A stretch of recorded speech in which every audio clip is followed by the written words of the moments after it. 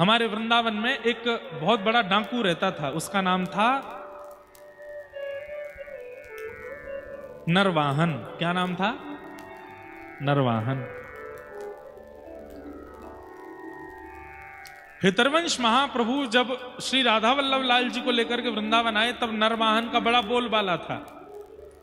किसी ने हितरवंश महाप्रभु से कहा, आप ठाकुर जी लेके आए हो, इतने सारे सोने चांदी हीरे जवाहरात इनके साथ लेके आए हो, एक बार नरवाहन से मिल लीजिए, वो यहां का डाकू है, आप उससे मिल लेंगे, उससे बातचीत कर लेंगे तो वो मंदिर की संपत्ति को हरण नहीं करेगा। तो महाप्रभु जी बोले, हम किसी डाकू डकैत के पास नहीं जाएंगे, हमारे ठाकुर जी हमारी रक्षा कर लेंगे, हम नहीं जा रहे किसी के पास। ये बात किसी ने जाके नरवाहन को बता दी कि हितरवंश महाप्रभु तो ऐसे कह रहे हैं, हम किसी डाकू डकैत के पास नहीं जाएंगे, उसको गरज पड़े तो वो आ जाए। नरवाहन बोला, अच्छा मेरे ईगो को ठेस पहुंचा रहे हैं, बता, अभी पता नहीं है मैं कौन हूं। और नरवाहन अपनी तलवार आदि लेकर के महाराज पहुंच गया। राधा वल्लभ जी विराजमान थे उस समय, मदन टेर, ऊंची ठौर, मंदिर नहीं था, निकुंज में विराजते थे ठाकुर जी। जैसे ही पहुंचा नरवाहन,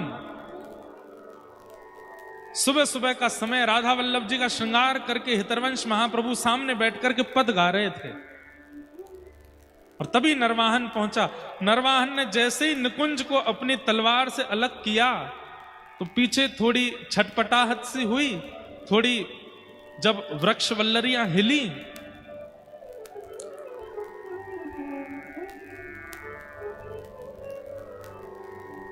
कभी कभी मन होता है हम कान बंद करके कथा सुनाएं आंख भी बंद कर लें, कान भी बंद कर लें, फिर सुनाएं। मन में तो छवि दिख जाती है, लेकिन फिर ऐसे आवाज आती है कि सब टूट जाता है। तो क्या बता रहा था मैं? हाँ, तो नरवाहन पहुंचा, और जैसे ही उसने उन निकुंजों को अलग किया, सामने राधा वल्लभ लाल जी की झांकी देखी।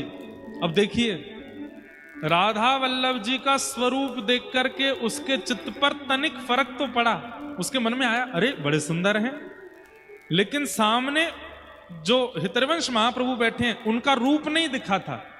तो नरवाहन के मन में आया, ये कौन है जो सामने बैठे हैं? तो किसी ने कहा, यही हितरवंश महाप्रभु हैं जो कह रहे थे हम किसी डाकू डकैत के पास नहीं जाएंगे, नरवाहन को बस चले तो वो आ जाए।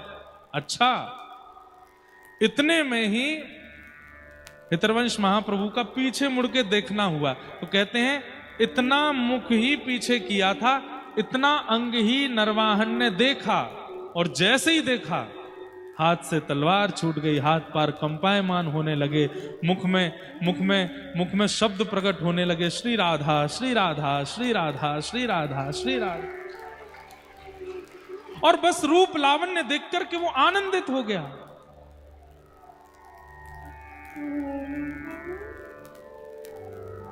जिनका चित्त शुद्ध होता है, जिनके विचार शुद्ध होते हैं, बोलना तो बहुत दूर की बात है, उनकी उपस्थिति, उनका रूप लावण्य ही कल्याण कर देता है, रूप लावण्य ही समाधान कर देता है, उनका रूप स्वरूप ही आनंदित कर देता है। ऐसे श्री, तो हम क्या निवेदन करें? कर्माबाई, तो कर्माबाई शरीर से इतनी पवित्रता का ध्यान नहीं रखती थी, पर मन से, वचन से बड़ी पवित्र। तो एक बार किसी संत ने कर्माबाई को टोक दिया, कर्मा रोज जगन्नाथ जी आते हैं तुम्हारे पास? बोले हाँ रोज आते हैं। कैसे आते हैं? भैया बात मत करो मंच पे बैठ के थोड़ी।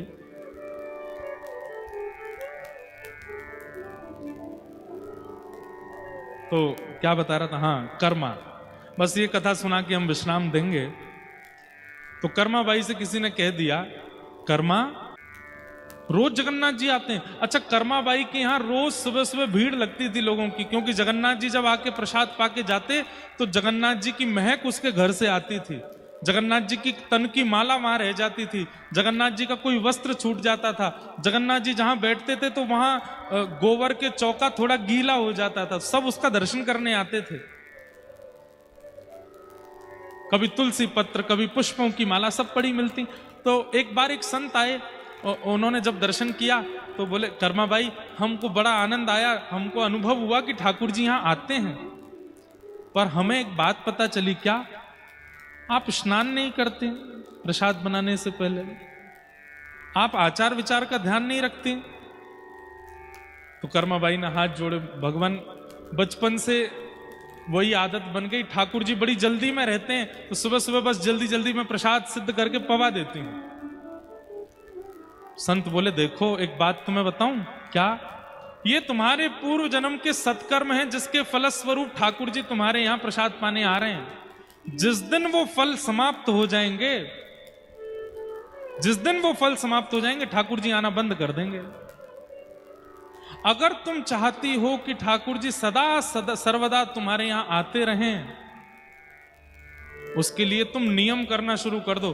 तो कर्मा बाई बोली, मैं सब करूंगी, ठाकुर जी का आना बंद ना हो, आप कृपा करके मुझे बताओ। तो महात्मा ने नियम बताया, सुबह उठते स्नान करो। और कितने बजे आते हैं ठाकुर जी? बोले 4:30-5 बजे आ जाते हैं, सुबह सुबह भोर में, मंगला में। तो तुम 2 बजे उठा करो रात्रि में, और 2-2:30 बजे उठ करके पहले शुद्ध जल से स्नान करो, फिर समुद्र में जाके स्नान करो, फिर समुद्र से लौटकर आके फिर शुद्ध जल से स्नान करो। 3 बार तो स्नान बता दिया। उसके बाद कोरी साड़ी पहनो, अपरस में, किसी ने छुई ना हो वो, और कुआ के जल से धोई गई हो, कुआ का जल निकाल के उससे धो करके सुखा के उसको पहनो। फिर तिलक लगाओ, स्वरूप लगाओ, और उसके बाद में चूल्हा का पूजन करो, जो लकड़ियां उसमें पधराओ उनका पूजन करो, जो पात्र पधराओ उसका पूजन करो, जितनी सामग्री डालो सब सामग्रियों को प्रणाम कर करके डालो। नाक पे पट्टी बांध करके, सुगंधी नहीं आनी चाहिए। कर्मा बाई सब लिखती गई, बोले जी जी जी, ऐसा ही करूंगी, ऐसा ही करूंगी, ऐसा ही करूंगी। 25 नियम बता दिए कर्मा बाई को, और बोले अगर तुमने ऐसा किया तो ठाकुर जी तुम्हारे यहां आना कभी बंद नहीं करेंगे। कर्मा बाई बोली ठीक है। अगले दिन सुबह सुबह उठ गई, 2 बजे उठ करके स्नान करने गई, स्नान करके समुद्र स्नान करने गई, समुद्र स्नान कर फिर घर पे आके स्नान किया, फिर कोरी साड़ी निकाली, कुआ के जल से धो के थोड़ी निचोड़ के सुखाई, वो पहनी। इतने में बज गए 4:30। अब कर्मा बाई यहाँ पे पूजा की थाली सजा के बैठी हैं, चूल्हा का पूजन कर रही हैं। इतने में दरबार आसन पे सुभद्रा जी बैठ गई, बलभद्र जी भी आ गए। कर्मा बाई को देखा क्या कर रही हैं, अभी तो चूल्हा का पूजन शुरू हुआ है। षोडशोपचार बता के गए पंडित जी, यहाँ पे रोटी डालना, यहाँ पे चावल डालना, यहाँ पे अक्षत डालना, यहाँ पे ये करना, इनको प्रणाम, इन देवता को, अन्नपूर्णा को प्रणाम। ठाकुर जी बैठे बैठे देख रहे हैं, माँ कितनी देर और लगेगी? कर्मा बोली बैठे रहो, अभी अभी अभी बना रही हूं। अब एक एक सामग्री डालें, दाल को प्रणाम करें, चावल को प्रणाम करें, घी को प्रणाम करें, सब नमक को प्रणाम करें, उसमें जो भी वस्तु डालनी सबको प्रणाम कर करके डालें। तभी ठाकुर जी बोले जल्दी कर माँ, माँ जल्दी कर, अरे जल्दी कर, मंदिर खुलवे को समय है, क्यों मुझे जानो है। तभी उनका नाम कर्मा पड़ा, जल्दी कर माँ। लेकिन इतनी विलंब हो गई कर्मा बाई, ठाकुर जी ने जब प्रसाद पाया, थोड़ा सा ही पाया, और थोड़ा सा पा करके ठाकुर जी दौड़े। कर्मा बाई बोली आज तक ऐसा नहीं हुआ, पूरा प्रसाद ठाकुर जी पाके जाते हैं, आज आधा अधूरा पाके गए, क्या बात हो गई। कर्मा बाई रोती रोती मंदिर गई, जगन्नाथ जी को देखते देखते पूछ रही, आज आपने इतना कम प्रसाद क्यों पाया? ठाकुर जी ने उत्तर दिया, आज तुमने इतना विलंब कर दिया। और माँ एक बात सत्य बताऊं, आज तुमने क्या बनाया था? आज खिचड़ी में वो स्वाद नहीं था जो हमेशा आता है। कर्मा बाई बोली आज मैंने पहले पवित्र जल से स्नान किया, फिर समुद्र के जल से स्नान किया, फिर पवित्र जल से स्नान किया, कुएं के जल से धुली हुई साड़ी पहनी, अपरस में तिलक स्वरूप लगा करके, एक एक वस्तु को प्रणाम करके, चूल्हा का पूजन करके, अग्नि का पूजन करके, अन्नपूर्णा का आवाहन करके। बोले बस इन सबको तो खिचड़ी में डाला, पर हमेशा जो प्रेम पिरोती थी कर्मा वो नहीं डाला, इसलिए स्वाद नहीं आया। कर्माबाई बोली बिना नहाए धोए तो आपकी पूजा भी नहीं होती, बिना नहाए धोए तो आपकी सेवा भी नहीं होती, बिना नहाए धोए तो आपका कोई आराधन भी नहीं होता। आपके शास्त्र कहते हैं कि स्नान करना चाहिए, शुद्ध अवस्था, पवित्र अवस्था। ठाकुर जी बोले जिनके विचार पवित्र नहीं है, जिनकी बुद्धि पवित्र नहीं है, जिनके चित्त में सीधापन नहीं है, भोले नहीं है हृदय से, उनको स्नान की आवश्यकता है, उनको नियम की आवश्यकता है, उनको अपरस की आवश्यकता है। पर कर्मा, तू हृदय की इतनी भोली है, तू विचारों से इतनी समझदार है, तू हृदय की इतनी ज्यादा पवित्र है कि तेरे स्नान से हमको कोई औपचारिकता नहीं चाहिए, तू तो बस बनाया कर, हम आएंगे पावे। कर्माबाई ने अगले दिन फिर से बिना नहाए धोए जैसे बनाती बनाई, जैसे ही बनाई ठाकुर जी फिर दौड़ करके आए, आकर के प्रेम से पाया। तन की पवित्रता नहीं, मन की पवित्रता, हृदय की पवित्रता, विचारों की पवित्रता,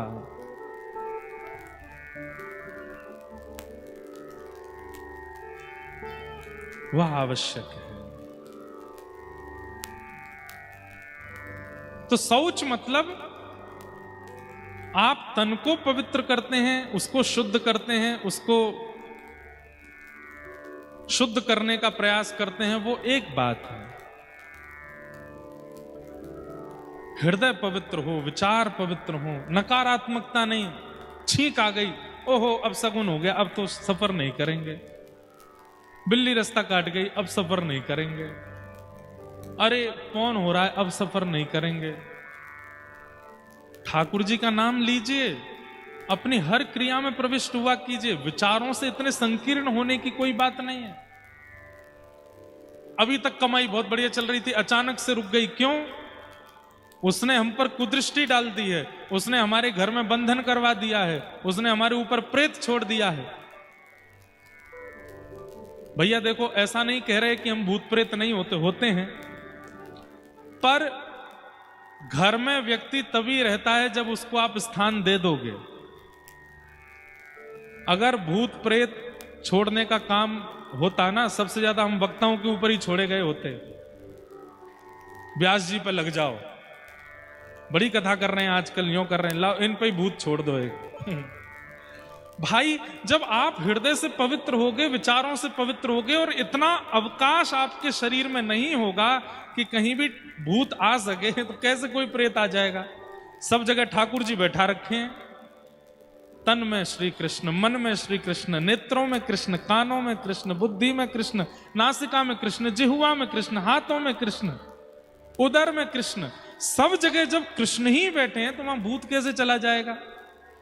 जब आपका अंग प्रत्यंग कृष्ण विहीन हो जाता है, तब निश्चित कोई ना कोई प्रेत आपको पकड़ लेता है, कोई ना कोई प्रेत आपके ऊपर बाधा बन करके आ सकता है। कृष्ण तन कृष्ण मन कृष्ण ही हमारो धन, आठों याम ऊधो हमें कृष्ण ही सो काम है। चलत कृष्ण, दिखत कृष्ण, बोलत कृष्ण, नृतत कृष्ण, सब कृष्ण। अब व्यक्ति कानों से कृष्ण सुनता है, आंखों से कृष्ण को देखता है, नासिका से उन्हीं की सुगंधी लेता है, जिह्वा से उनका प्रसाद लेता है, हाथों से करताल बजाता है, पैरों से कीर्तन में नृत्य करता है। किसी भी इंद्रिय से अवकाश दिया ही नहीं है, तो फिर भूत कैसे आ जाएगा? घर में कमरा खाली है तो उसमें कोई भी आकर के रह सकता है, पर सारे कमरों में लोग बैठे तो फिर कोई कैसे आ जाएगा? ये हमारे शरीर की जितनी इंद्रियां हैं सब कमरे हैं, और इन समस्त कमरों में अगर कृष्ण बैठे हैं तो फिर कोई कैसे आ जाएगा? कोई कैसे आक्रमण करेगा? हमारे श्री डोंगरे जी महाराज, भारत के बहुत बड़े कथा वक्ता, वे कहते थे, एक भी इंद्रिय को कृष्ण चिंतन से वंचित मत कीजिए। आंखों को दर्शन में लगा के रखिए, कानों को श्रवण में लगा के रखिए, नासिका को सुगंधी में लगा के रखिए, जिह्वा को प्रसाद में लगा के रखिए, हाथों को सेवा में लगा के रखिए, पैरों को प्रदक्षिणा में लगा करके रखिए। सर्वांगीण इंद्रियों को अगर कृष्णमय बना करके रखोगे तो एक भी इंद्रिय पाप मार्ग पर नहीं लेके जाएगी, और जिस इंद्रिय से आपने भजन करना बंद कर दिया वही इंद्रिय आपको पाप मार्गी बना देगी।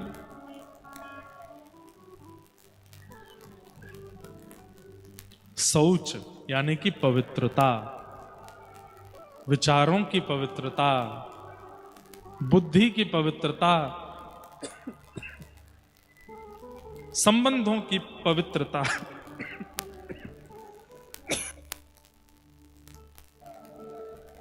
पवित्रता।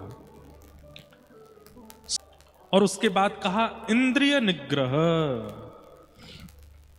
इंद्रिय निग्रह बंधुओं, एक नियम तो बना लीजिए, अगर आप हमारी बात माने तो। कटनी की कल इस कथा के विश्राम के पश्चात एक नियम तो कथा का धारण कर लीजिए। क्या? कम से कम भोग जो भी आप पाते हैं दिन भर, जो भी खाते हैं, मुख के अंदर लेके जाते हैं, वो ठाकुर जी को निवेदित करके पाइए। बिना ठाकुर जी को निवेदित करे कुछ मत पाइए। और वही पाइए जो ठाकुर जी को निवेदित हो सकता है। जो निवेदन नहीं किया जा सकता उसका उपभोग मत कीजिए। भगवान गीता में कहते हैं भुंज्यते ते त्वघम पापात ये पचंत्यात्म कारणम। आपने गंगा स्नान किया, आपने तीर्थ यात्रा की, आपने यज्ञ किया, अनुष्ठान किया, उससे जो आपको पुण्य प्राप्त हुआ, और आपने एक समय का भोजन बिना ठाकुर जी को निवेदित करे अगर पा लिया, तो आपके द्वारा किए गए जो पुण्य थे वो नष्ट हो जाएंगे। बिना ठाकुर जी को निवेदित किए पाना कितना बड़ा पाप है। और एक बात बोल दें, अब फंस गए आप लोग। अगर ये बात आपने नहीं सुनी होती और बिना निवेदित किए आप पा रहे होते तो कोई दिक्कत नहीं थी, पर अब सुन ली और अब भी निवेदित करके नहीं पाया तो पाप जरूर लगेगा। इसलिए ठाकुर जी को निवेदित करके पाओ, और वही पाइए जो ठाकुर जी को निवेदित हो सकता है। जो ठाकुर जी को प्रस्तुत नहीं हो सकता उसको मत पाइए। बहुत इच्छा होती है ये पावें, ये पावें, ऐसा पावें, घर में सिद्ध कीजिए, ठाकुर जी को भोग लगाओ, उसको पाओ। इंद्रिय निग्रह। इंद्रिय निग्रह में पहली बात वही पाइए जो ठाकुर जी को निवेदित हो सकता है। इंद्रिय निग्रह में दूसरी बात वही पहनिए जिससे आप ठाकुर जी के हो ऐसा पता चले। वैसे ही रहिए, वैसी ही दिनचर्या, वैसी ही बातें बोलिए कि आप ठाकुर जी के संबंध के हो। आपकी वाणी से, आपकी चाल ढाल से, आपके पहनाव ओढ़ाव से ही पता चले। जैसे धनवान व्यक्ति का चाल चलन ही बता देता धनवान है। इतनी सारी अंगूठी यहां पहन रखी हैं, गले में खूब मोटी जंजीर पहन रखी है, कानन में खूब बढ़िया सुंदर कुंडल पहन रखे हैं। निवेदित हो जाता है कि ये धनवान है। विद्वान की गतिविधि विद्वत्ता का वर्णन कर देती है कि आपकी प्रत्येक गतिविधि आपका पहचान करा देती है। जैसे विद्वान व्यक्ति की पहचान भी उसकी गति से हो जाती है। चाल चलन ही ऐसा होता है कि उससे पता चल जाता है कि ये विद्वान है।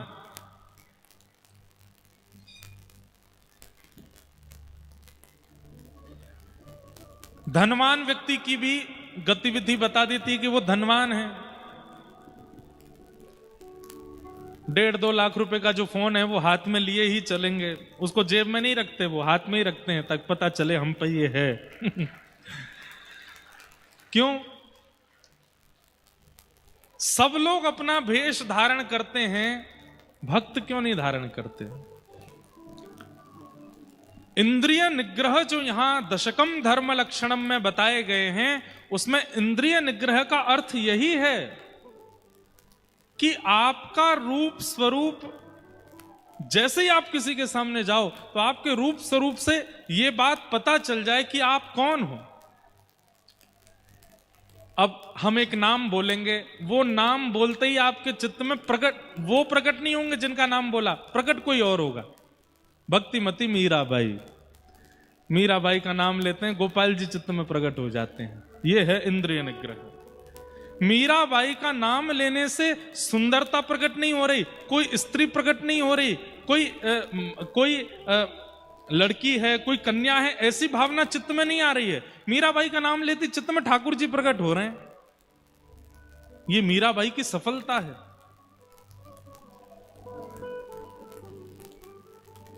जिसका स्मरण करके, जिसका नाम बोल करके, या जिसका सामने आते ही आपके चित्त में क्या प्रकट होता है, वो उस व्यक्ति की पहचान कराता है। हमारी आंखों से ज्यादा श्रेष्ठ इस दुनिया में कुछ भी नहीं है। कोई व्यक्ति महालोभी है, हमारी आंख एक बार में पहचान जाती है कि इसके अंदर लोभ है। ताली नहीं बजाओ, बस सुन लो।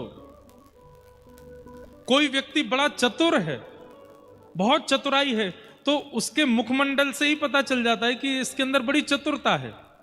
और कहीं उसने शब्द प्रकट कर दिए, कहीं वो आपके सामने खड़ा होकर के बोलने लगा, तो और प्रमाणित हो जाता है कि ये चतुर है।